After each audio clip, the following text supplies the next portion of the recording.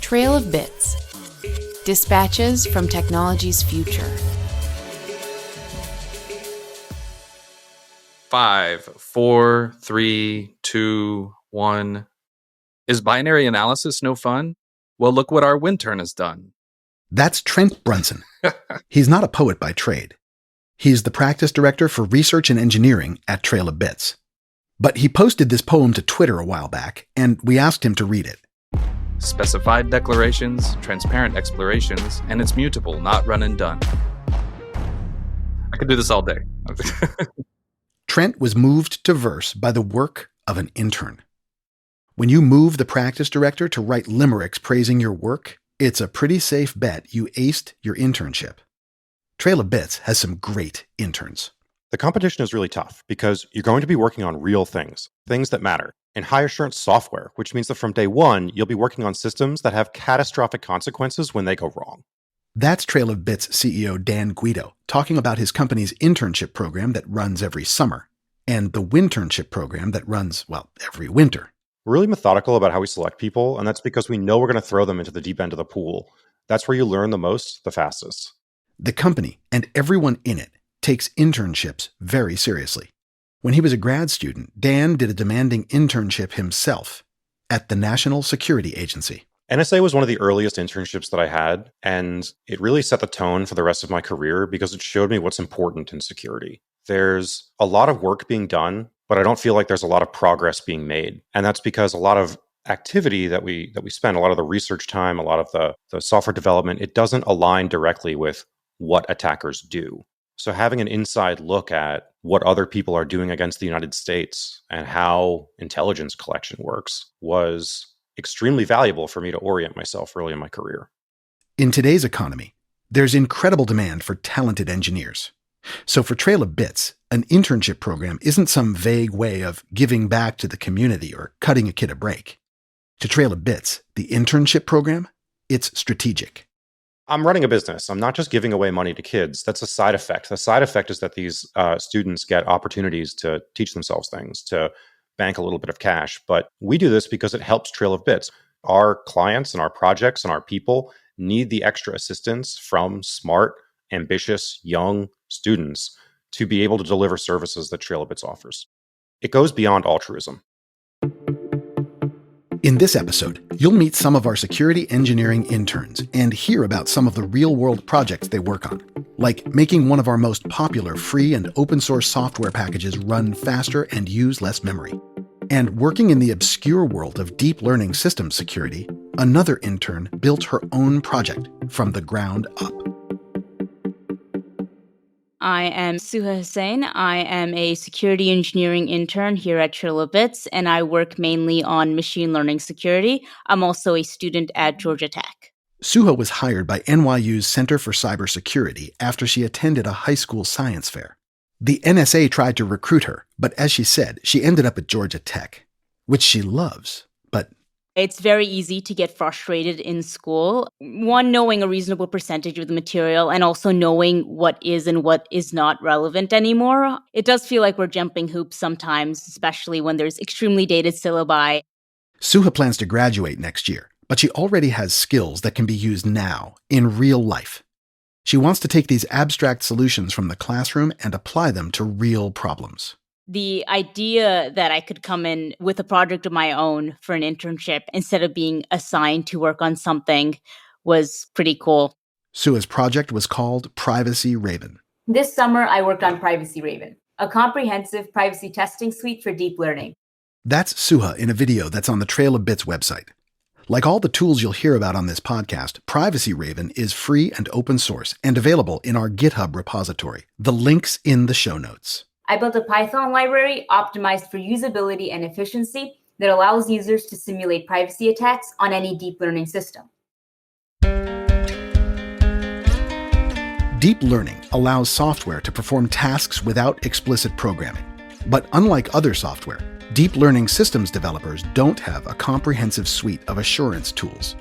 Here's Dan Guido again. Deep learning systems are an open area of research for the security community. For users, deep learning systems are simple. Let's say you have a deep learning system that's holding medical diagnosis data. A user, like a doctor or technician, can submit a query through a web application and get a yes or no answer. So one expression of this could be that the user uploads a medical image, then asks the system whether the image contains evidence of, say, a brain bleed, and they would get that yes or no answer. From a security standpoint, it would seem that this answer is given with as little access as possible to the deep learning model behind the scenes. But is that true? We've just described the front door user experience. But from a systems perspective, that front door prevents us from seeing there's a whole lot going on in there. So when we get down to it, does that limited and simple access mean the system isn't vulnerable? Not everybody in the security community understands what a deep learning system is. And that's why it's so important that tools like Privacy Raven are created, because it lowers the bar for entry to do the kinds of analysis required to make these systems safe. The data held by these ML systems, fraud, medical, actuarial, even marketing information or what have you, can be incredibly sensitive.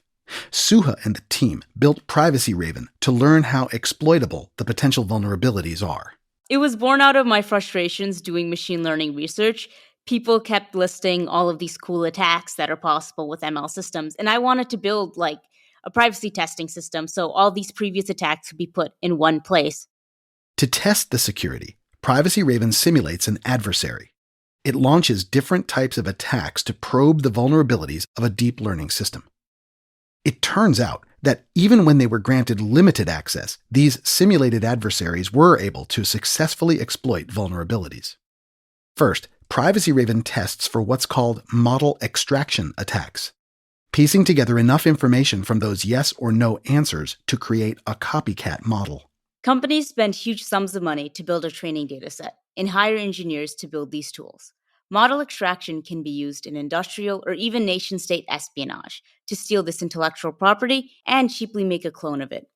These attacks could also be used for reconnaissance, to collect information about a machine learning model in order to mount future attacks.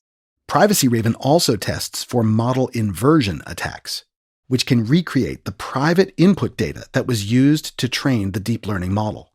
Machine learning models are built using a set of confidential data to train the system. Criminals could use a model inversion attack to extract and steal that training data.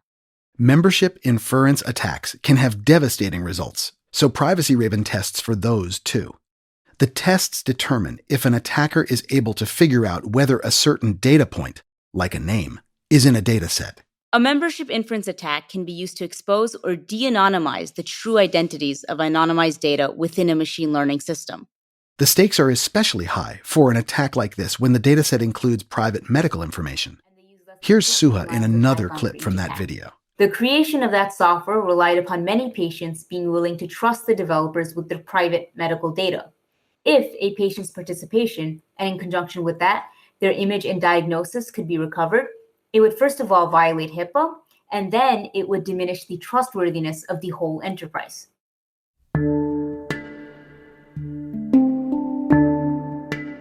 One of the most important goals for Privacy Raven was that it would be easy to use.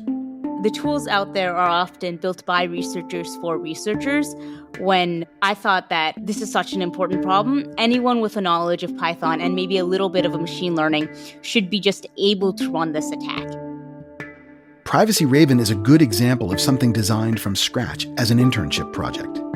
Trail of Bits internships are designed to find ways to match fledgling engineers with real-world problems.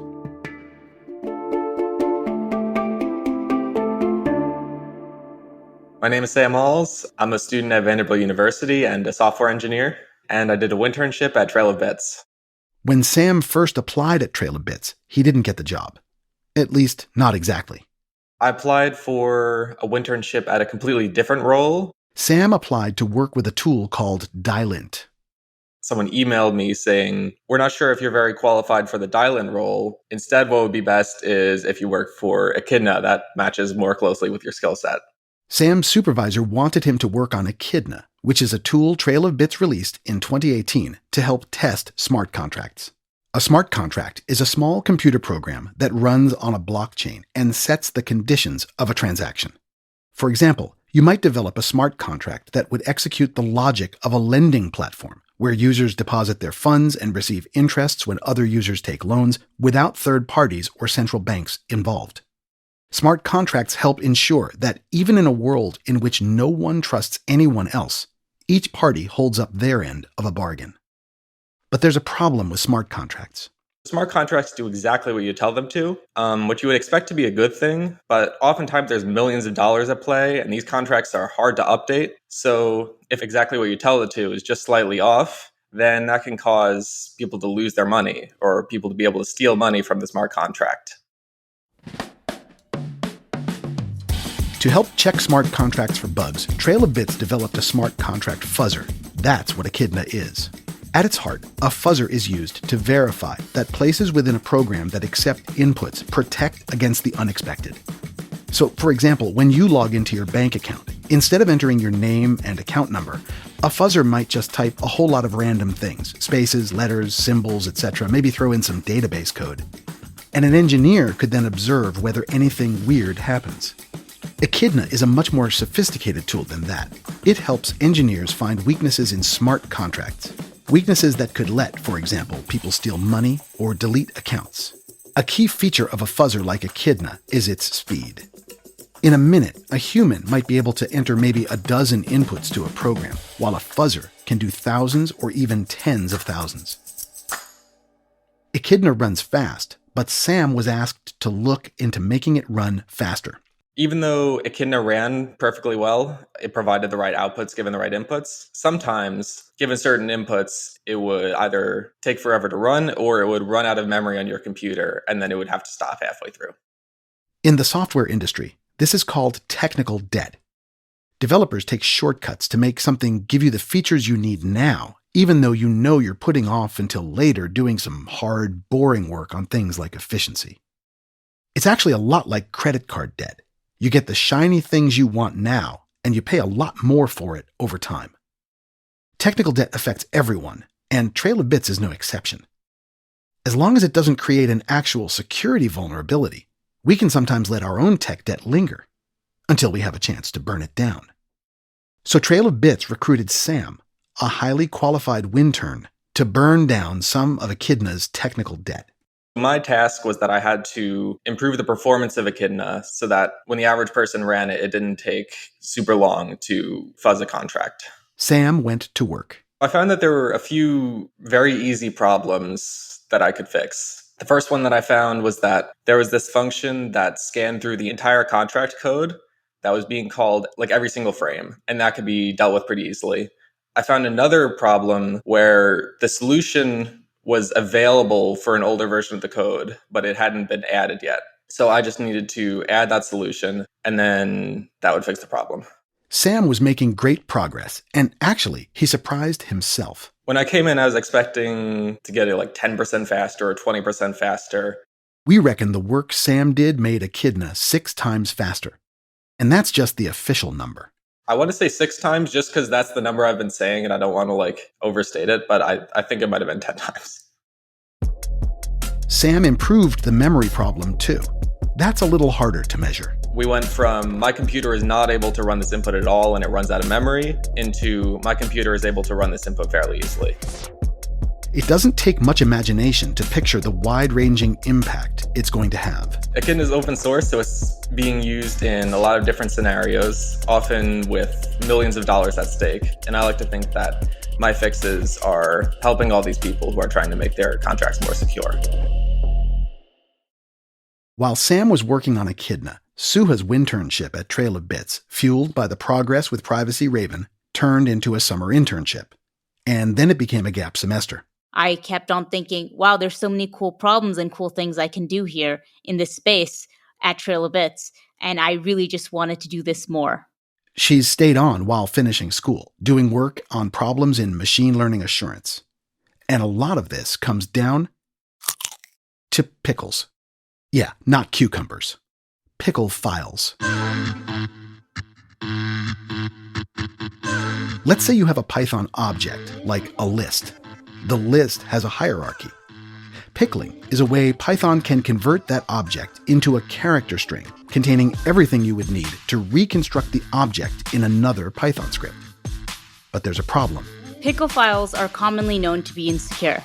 If you've ever endured the security awareness talk at work, you'll remember being told never open a spreadsheet that somebody emails you because it might contain a malicious macro.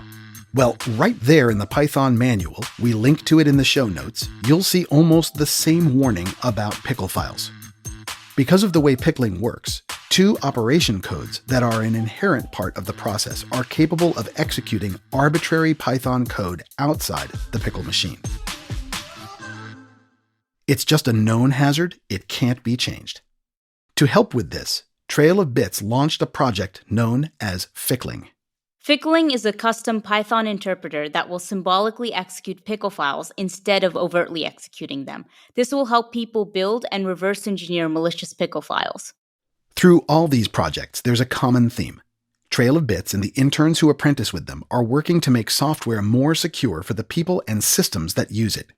It is very common for machine learning researchers to download pickle files containing machine learning models and just cross their fingers and pray that those files aren't malicious. There's a lot of trust that shouldn't be there. Within machine learning, there's a move fast and break things culture. And once they break things, that's where we come in with tools like Privacy Raven and Fickling. People like Suha and Sam are the future of information security, but they don't just appear when they're ready for the big leagues. In my freshman year of high school, I emailed 100 startups in New York City begging for an internship. They often start developing these skills when they're kids. So I can be our modulars. Okay. Let's just run a couple times. This is the Montgomery Blair High School Cybersecurity Club in Silver Spring, Maryland. And then we need it under command. Yeah, let's generate a random number and just see what we get. These students are collaborating on a challenge. So it's going to be I think it's twice n. Montgomery Blair is one of these extraordinarily specialized tech high schools. Dan Guido loves Blair. It's probably one of the top 5 in the country. The leading bit has to be 1. And I think the first two bits are 1. As we recorded this, the students at Blair were getting set to host the 7th iteration of their annual Capture the Flag cybersecurity competition. It's called Angstrom CTF. In the information security world, a Capture the Flag is basically a contest in which individuals or teams compete to break into computer networks and then accomplish a mission. It's a terrific training activity that emulates and concentrates work on a set of real-world problems. In 2021, more than 3,000 users in 1,700 teams competed in Angstrom CTF, making it one of the largest high school-oriented CTFs in the country. Trail of Bits has sponsored Angstrom and other CTFs at high schools around the United States for years. In fact, if there is a high school CTF out there, chances are that Trail of Bits sponsors it. One reason is that CTFs offer people the same kind of plunge into real-world issues that we see every day at Trail of Bits. So your demonstrated ability to solve those challenges and complete those exercises tells me that you're going to be a really good candidate for Trail of Bits. The other reason is pure pragmatism. The really excellent, ambitious, talented young students get recruited early and then stick with the job for 10 years. And you might have a chance to hire them again when they're 30 or when they're 40, but they're not actively looking for jobs. They're going to be very sticky. They're going to work with a single firm for a very long period of time. It's kind of the same strategy for diversity recruiting. You put your name out there on the expectation that 3 or 5 years later, when that person is looking for a job, that they remember you. And they know that you offer some service that aligns with their interests and speaks to them. And they give you that chance, that 1 out of 3 times in their career that they're willing to switch jobs to a new employer. You hope that Trail of Bits makes the running for that.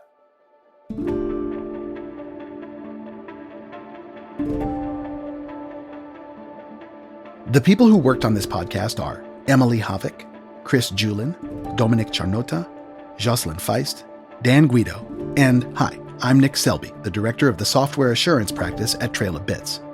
With thanks to the Blair Cybersecurity Club members Jason An, Clarence Lam, Harakesh Kailad, and Patrick Zhang.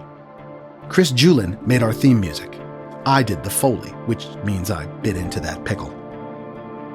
Season 1 of Trail of Bits is available for download now wherever you get your podcasts.